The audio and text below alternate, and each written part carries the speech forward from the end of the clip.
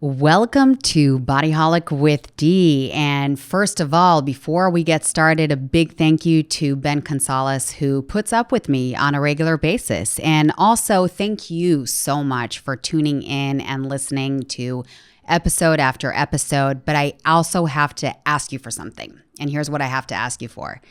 I need you to share the podcast with people you like and love. If you don't like someone and don't love someone, then don't share. That's totally fine with me. But if you care about them, please share the info, share the love.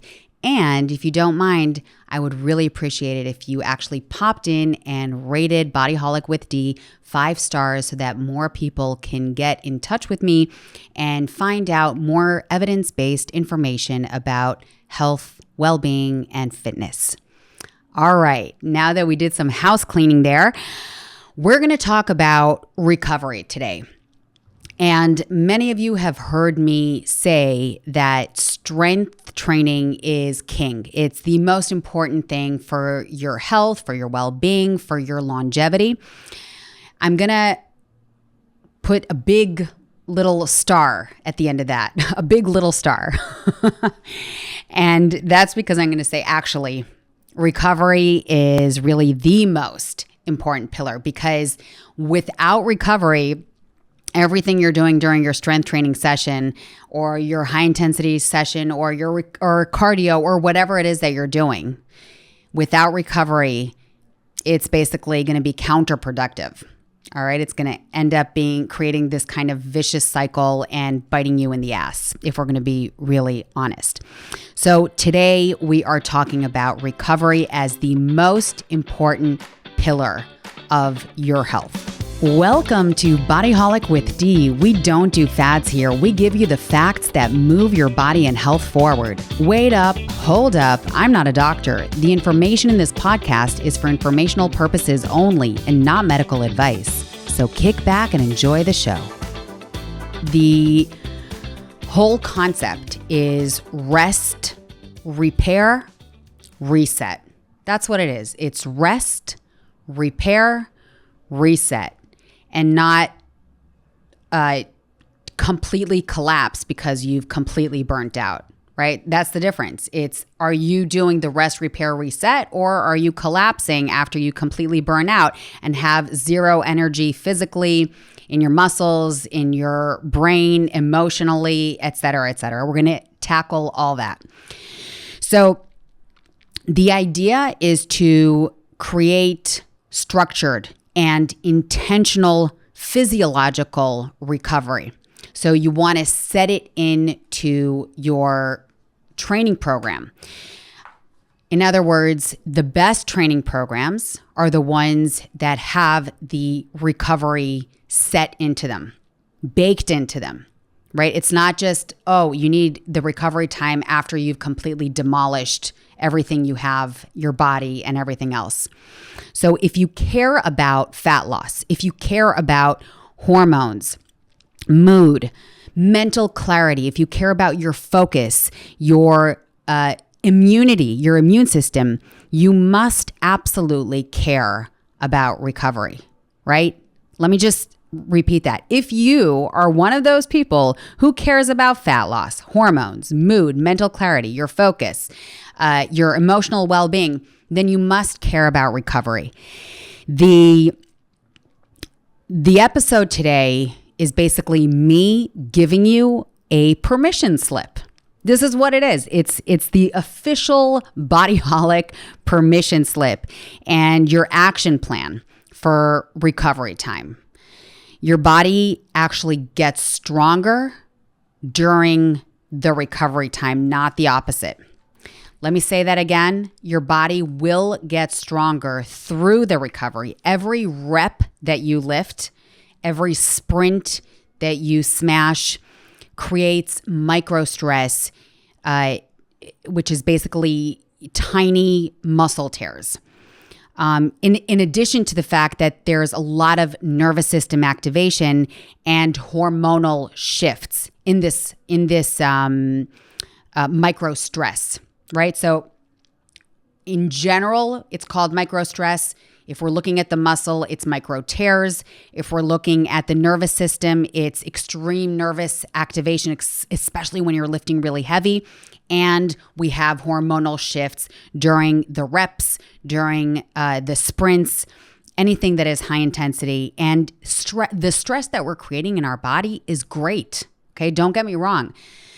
Lifting heavy is good. It is stress that is good. But it's only good. It's only good if you give your body what it needs after you've created the stress.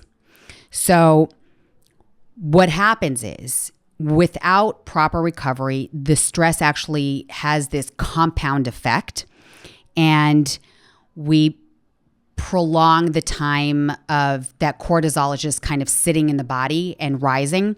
So as opposed to having a spike in cortisol and then a reset, it just lingers.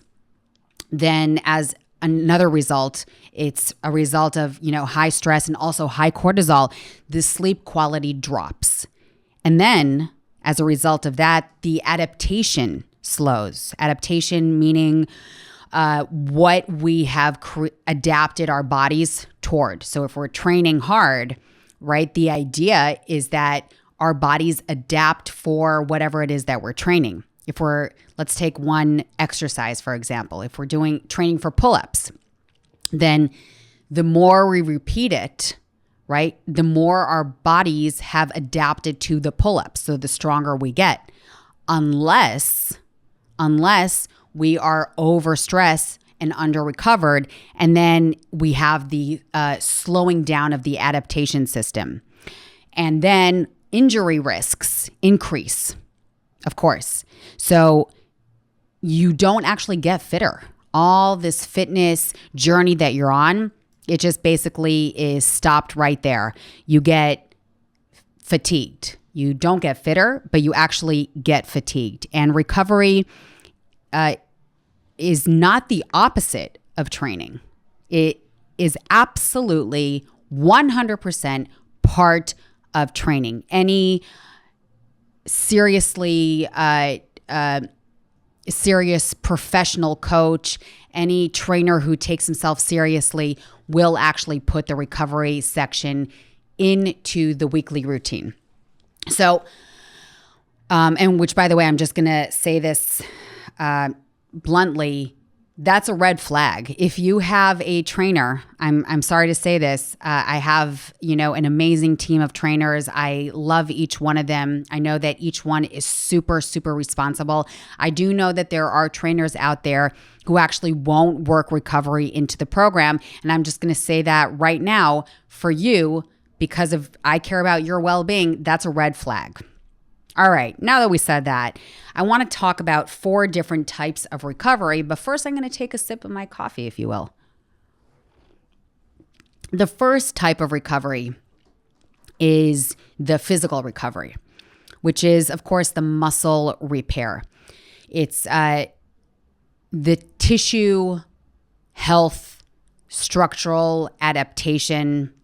It's the sleep, it's the nutrition, it's the hydration, breath, mobility, low intensity. That's basically the list. That's what physical recovery is. Let's get into it a little bit more. So a little deeper.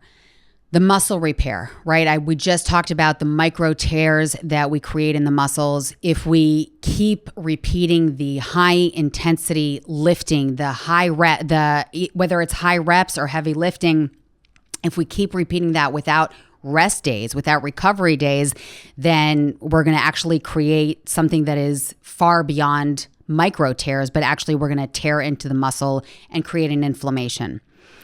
And then in general, it's not only muscle tears. We also need time to get into tissue health, because it is not only the muscles that need that time, but it's also the ligaments. It's also the tendons that are involved. It's also the fascia that's involved, and everything else that goes into training. So, in general, tissue health, and of course, specifically muscle repair.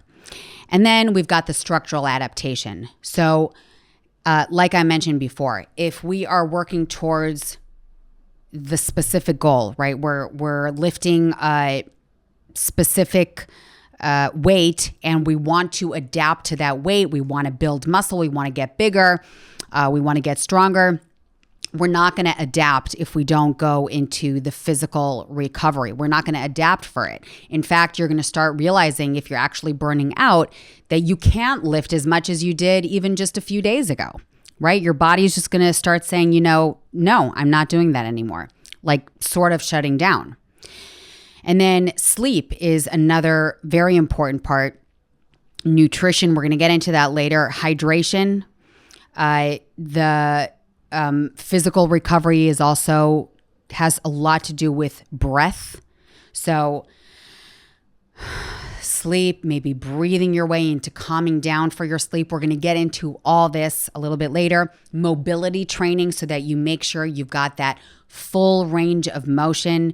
So a day off, a recovery day, could actually be simply only working on your mobility, on your flexibility, which is really getting into the ROM, the full range of motion of every single joint, and just working on that. And low intensity. Again, we're going to jump into that a little bit deeper. But when I say low intensity, I mean not sitting on the couch, but actually moving. But it could be something like a walk or a gentle bicycle ride or something like that. So that was type 1 of recovery. That's physical recovery that we just talked about. The second type of recovery, and this is the one that really I'm very deeply concerned about when people don't take time to recover, and that's the nervous system recovery. So we already talked about the central nervous system, where it's actually getting taxed when you are going for intense workouts, especially heavy lifting or full-on sprinting. Here's what you need to note. In order to understand or identify that your nervous system is too taxed, right? And it really needs recovery. What you need to do is note the following. So your central nervous system gets deeply taxed when you're lifting heavy or going for a full-on sprint. And here's how to identify if you are kind of getting into a nervous system burnout. Ask yourself, identify, take your time, note the following. Are you feeling, it's called wired tired. Okay, we're going to put it in quotation marks. That's kind of what it's called, the term for it. Wired tired is like, I don't know if you have this reference, but I'm thinking about my kids when they're overtired. The idea of overtired, it's like when you've moved past just being tired and ready to go to sleep, but now I see this with my kids all the time. They're jumping up and down, but they're actually tired. They actually need to sleep, but they're jumping from one end of the house to the other end of the house, and they're laughing and they're giggly and then they're crying. And that's something that happens with adults too when they are in full-blown taxation of the nervous system. It's the same thing. So note this. Are you feeling wired tired? Is your sleep, do you have poor sleep? Is it hard for you to fall asleep? Do you wake up early after not enough sleep? Is your sleep basically very shallow? Note that.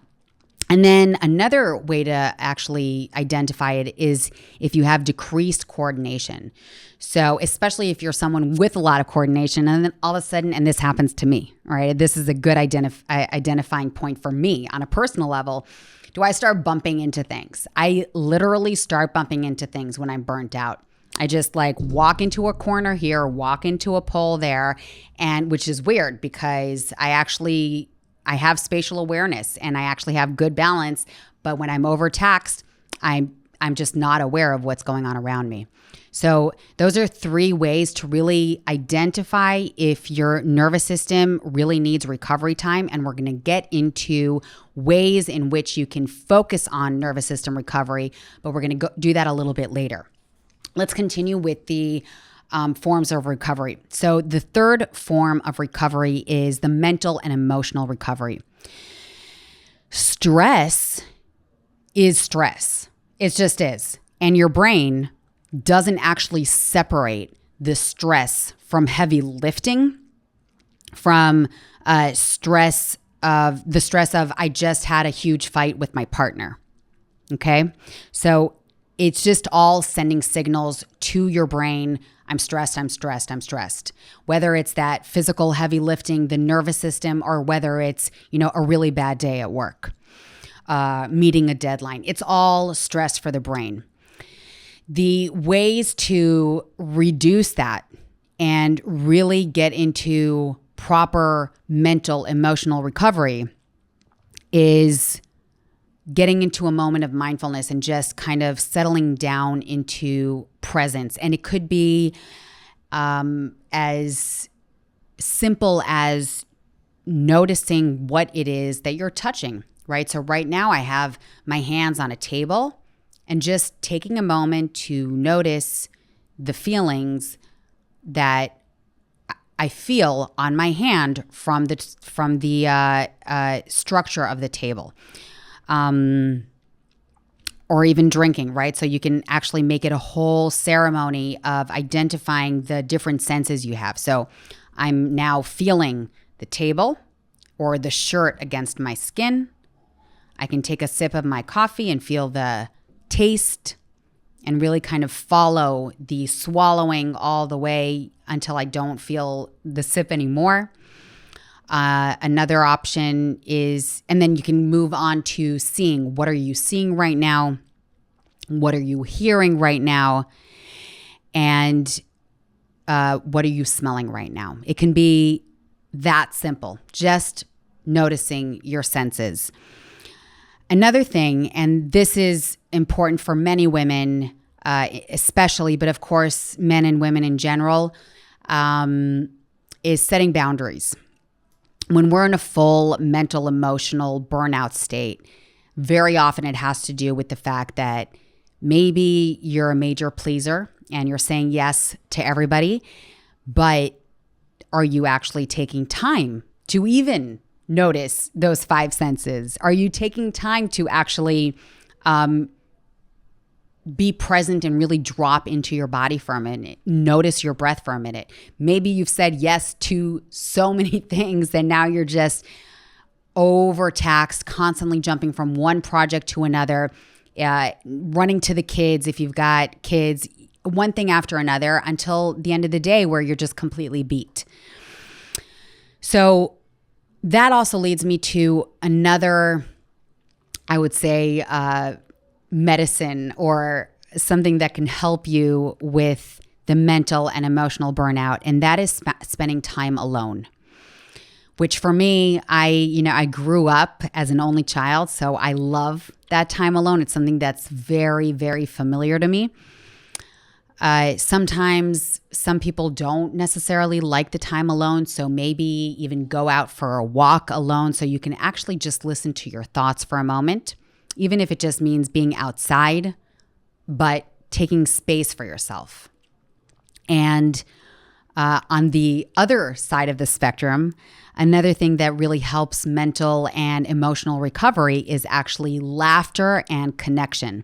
So it could be just laughter, like putting on, for me, my default is always putting on an episode of Friends, or just watching a really good stand-up comedy act, but also just sitting down and going for a deep connection with a friend or a loved one and just chatting and talking and really taking the time to be interested and to also share about each other's days.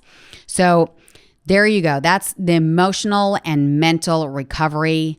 Again, I'm just going to recap that stress is stress, whether you did a full-on overload with weightlifting or sprinting or anything along those lines, and whether you just had a fight with someone or had to meet a deadline, or you're just dealing with even traffic kind of stress, that the brain sees it as stress. So the idea of mindfulness, noticing your five senses, setting boundaries, taking time alone for yourself, whether it's indoors or outdoors, if it's better for you outdoors, taking time to laugh and deeply connect with another person, those can really restore and help recover your mental and emotional system. 4, and this is the last type of recovery I'm going to mention, and that's hormonal recovery.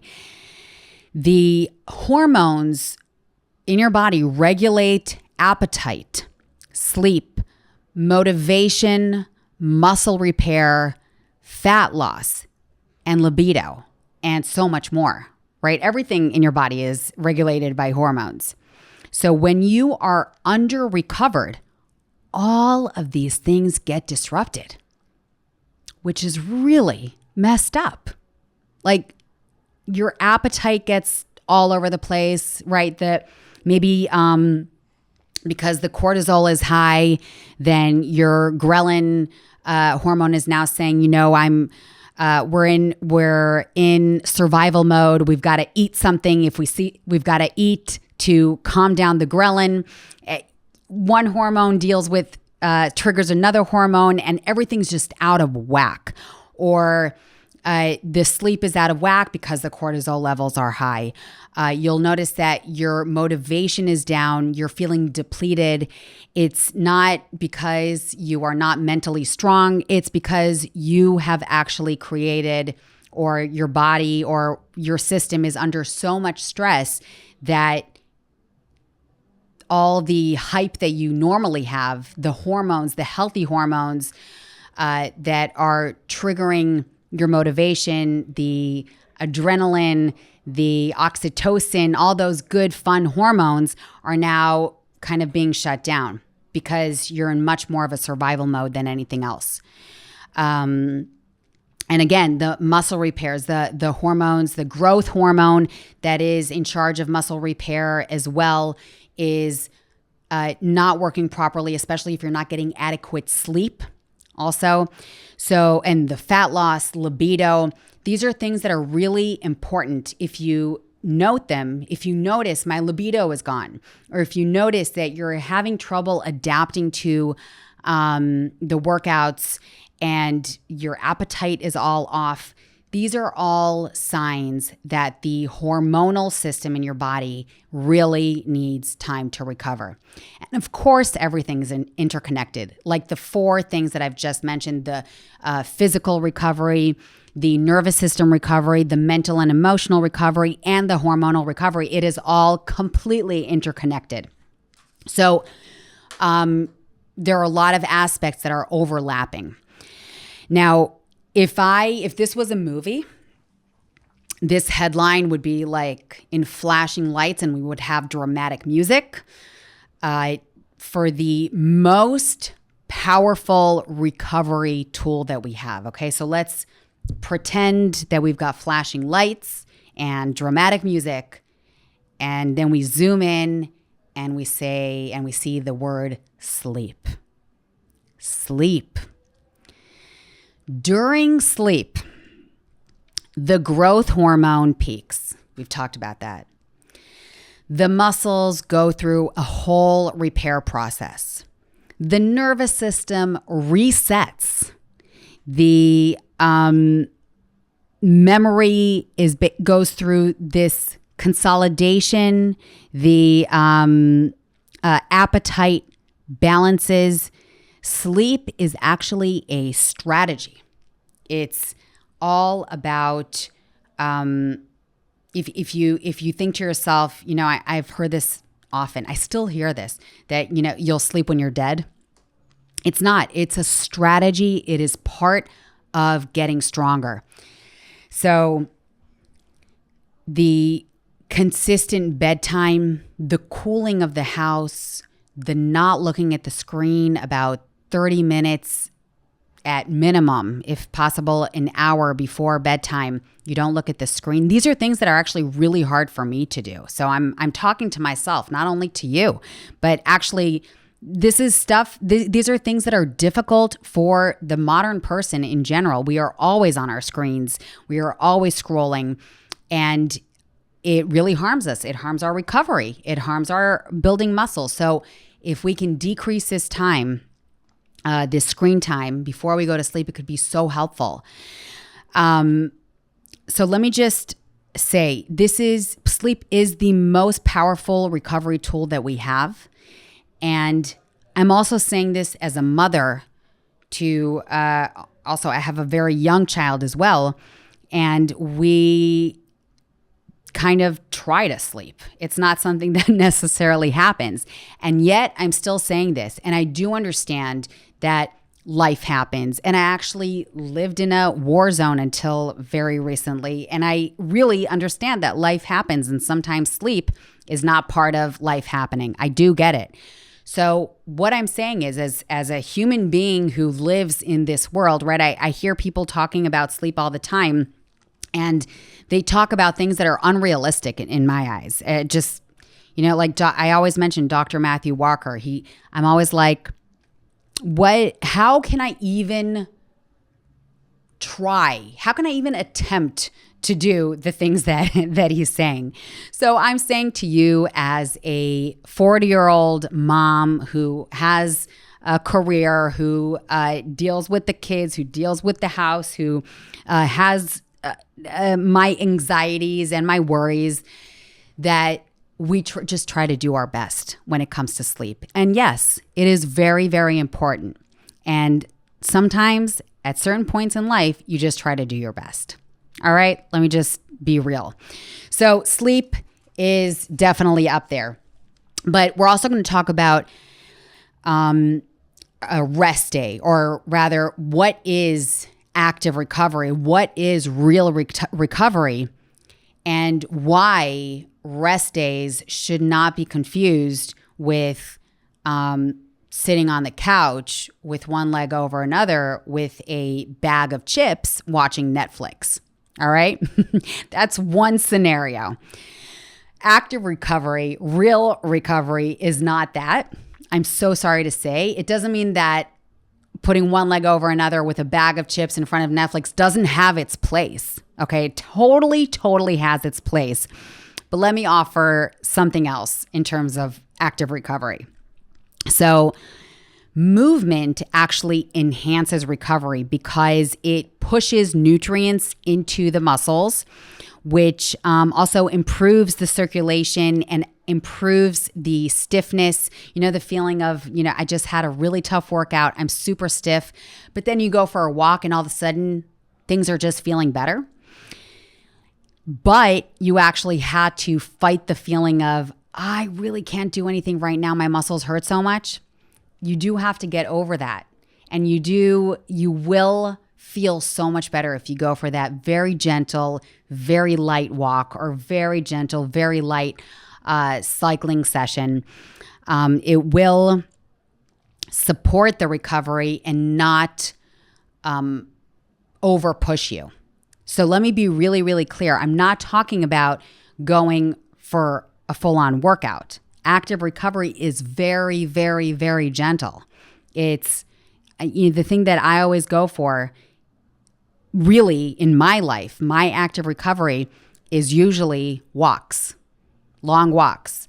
It could be by the beach while I'm listening to a podcast. It could be with the kids, something along those lines. And I'll always feel so much better afterwards.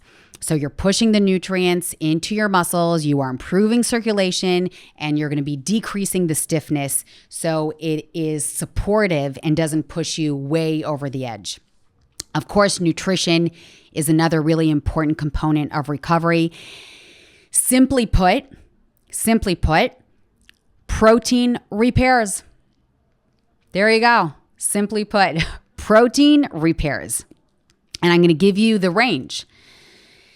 0.8 grams of protein per kilograms of body weight a day, all the way to 2.5 grams of protein per kilogram of body per day, okay, body weight per day, is what you need. Now, that's a major range, what I just said, 0.8 to 2.5. So the thing is, it depends, of course, how physically active you are. if you're relatively sedentary and under 40. So 0.8 to 1.0 might be enough. Once you hit 40, you might want to increase it. So it would be 1.0 to 1.2. Or if you're super active, you might even actually climb all the way up to the 1.8, 2.0, 2.5, all depending on how active you are. And of course, there are guides, you can Google it, regarding your physical activity, your endurance, the weight you're lifting, how hard you're working, and of course, the grams of weight or the grams of protein per kilogram per day. Carbs, simply put, they refill post-workout the glycogen stores. And that helps with your hormonal balance. Yes, I have heard of keto diets. I have. I've even tried it before in the past when I was, I can never say no to a good challenge. So I've tried it. I'm okay with it. If this really, really works for you and you swear by a keto diet, all right, fine, go for it. I'm just going to tell you, I'm going to share my thought here with you. Glycogen repairs and helps so much with hormonal balance. It helps with inserting the protein into the muscles because it activates the insulin. And I'm a little iffy about all the no carb or very low carb diets, but we can talk about that another time. Another thing, and this is something that I'm going to say, I'm kind of confessing here, omega-3 fatty acids. They are so important. There's so much research on this. They are so important in reducing inflammation. Now, I stopped taking omega-3 fatty acids. So this is one of those moments where I'm like saying it to you and to myself. I'm saying to myself, self, start taking omega-3 again. So that's that. But really, the research is extremely vast on omega-3, on cognitive health, on physical activity, on reducing inflammation. So I'm making a note here for everyone involved, including me. Let's get back into it. And I'll probably share with you which one I decide to take when I get back to it. I have to take that leap.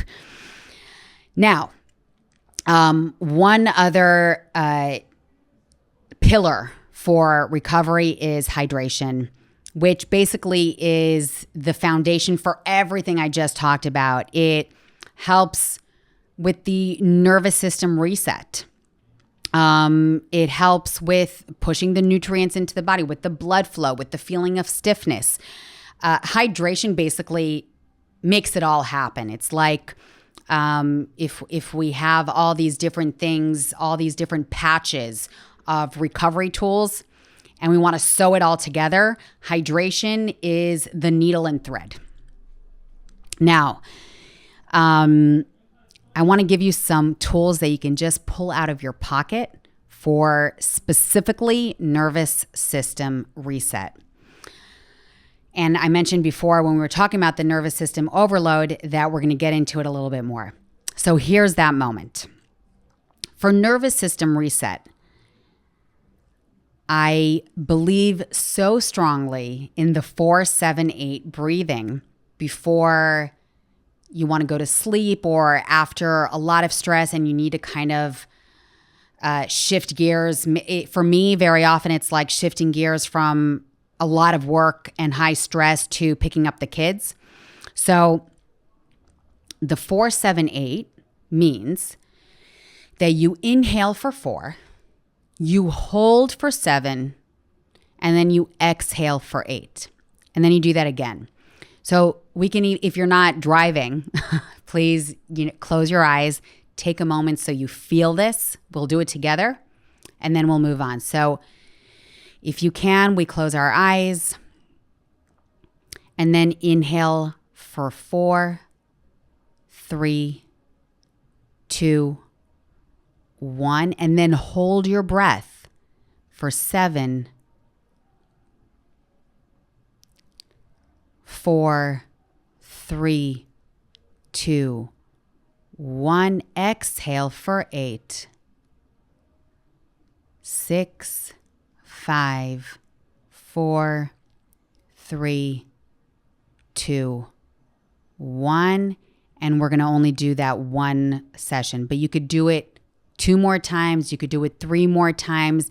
And even after one cycle of that, you're probably also going to start noticing that your pulse just dropped, that you just became calmer. Now, another strategy that you can just pull out of your pocket, and this is less for getting ready for bed, is the 2-minute box breathing. So what you do is you set the timer for 2 minutes, and then you inhale for 4, like I just counted, the 4, 3, 2, 1 kind of count. And then you hold your breath for 4. Then you exhale for 4. And then you hold for 4. So you inhale 1, 2, 3, 4. Hold your body full of air. 3, 2, 1. Then you exhale. 3, 2, 1. Then you hold no air. 2, 1. And then you keep going until the timer of the 2 minutes stops. So that immediately will just kind of reset everything. Another thing is going for a mindful walk. So one of the things I love, and I haven't done this in a while, is walking barefoot on the beach, on the sand, and actually really just paying attention to the feeling of the sand against the feet. It kind of goes back to what we were saying regarding just sitting in, dropping into your body and just paying attention to the 5 senses, what's going on. So if you go for a mindful walk, you're literally thinking about lifting the leg and then placing the heel on the floor or the sand, and then going into that point position from flex to point, feeling the structure, the feeling of the sand grains, that whole thing, the wind against your skin, really the whole experience. That is a very, very powerful way to reset the nervous system. And another way to reset the nervous system before sleep and after a stressful day is actually a warm shower. And the feeling is kind of going in and washing the day off of you. So it's the break of everything that was going on during that day, and then pausing everything, making it almost ceremonial, walking into the shower, just letting that warm water wash everything off of you, resetting for that important moment of your day, which is sleep. So with all that and the things that I would love for you to do, let's talk about what we want to avoid. And this is going to take us to just a few more minutes, so bear with me. We want to avoid training hard with inadequate sleep. That's basically one of the bottom lines that we're talking about. Training hard with inadequate sleep is a recipe for disaster. It really is.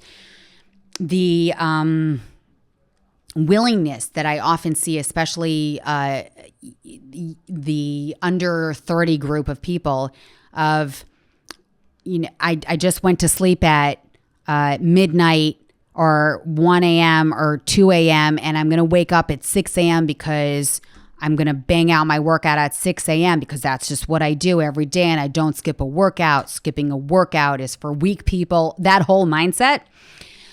I'm going to say it's a pretty screwed up mindset, and it's super unhealthy, and it completely defeats the purpose. And if everything I just said during this episode has not convinced you, then please write to me on Instagram or email me.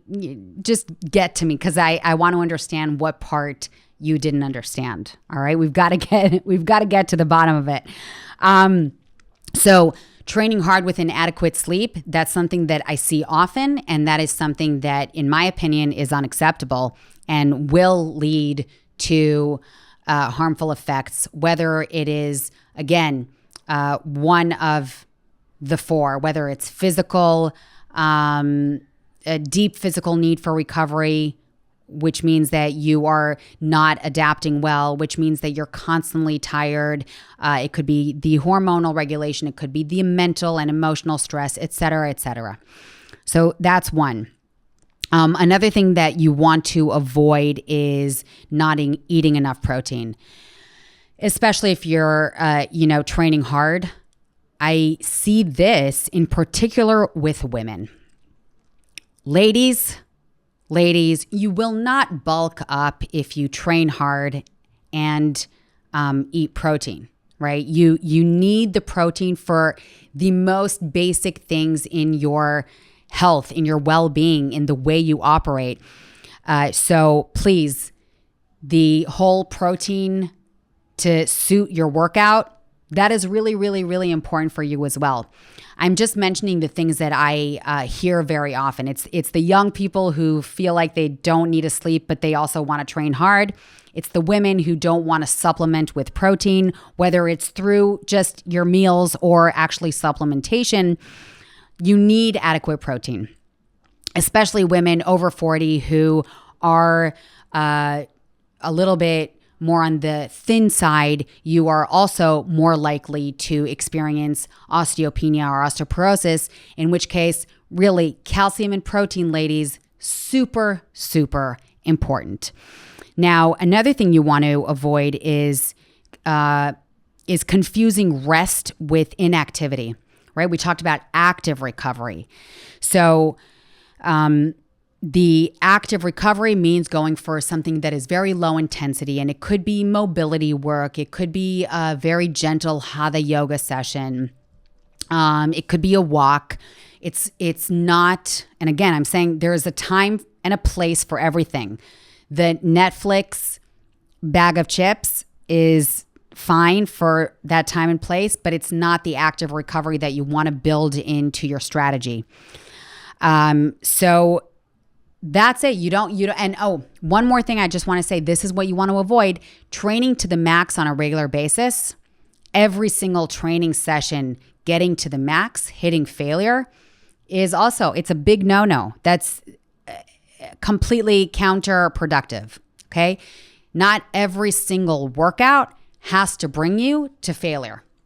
In fact, please don't bring every single workout to failure.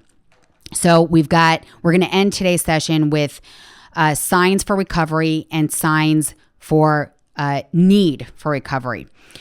If you feel that your libido is elevated, if you feel mental sharpness, mental clarity, if you're feeling like you are getting stronger with or from workout to workout, then you're doing great and you're getting and you're getting adequate recovery. But if you feel like you're irritable, you're constantly fatigued, if you feel like you're hungry, super hungry, then you're not hungry, and it's just all out of whack in terms of the nutrition and hunger and fullness, satiety signs from your hormones, if you feel like it's all out of whack, then you are in need for recovery. If you feel like you are constantly kind of getting dazed and confused, or you're a little foggy, you are in need for recovery. If you're getting angry over everything, but you're not really sure why, you're in need for recovery. So recovery is not laziness, right? It's not a weakness. It's not you're lagging or falling behind everybody. It's strategy. And it's part of being a responsible athlete, whether you're an amateur athlete, you just lift weights, or you're a full-on professional athlete. It's just part of the strategy. So, and part of your longevity and overall well-being. So with that, I'm going to thank you so much for listening in today. If you have any questions, if you have any comments, I'm always on Instagram waiting for you, or you are more than welcome to email me. You've got a button right over somewhere around this episode. And I'm always curious to hear your thoughts and hear anything that you have to share. Thank you so much. Don't forget to share. Don't forget to rate us 5 stars. And just remember that I know you got this.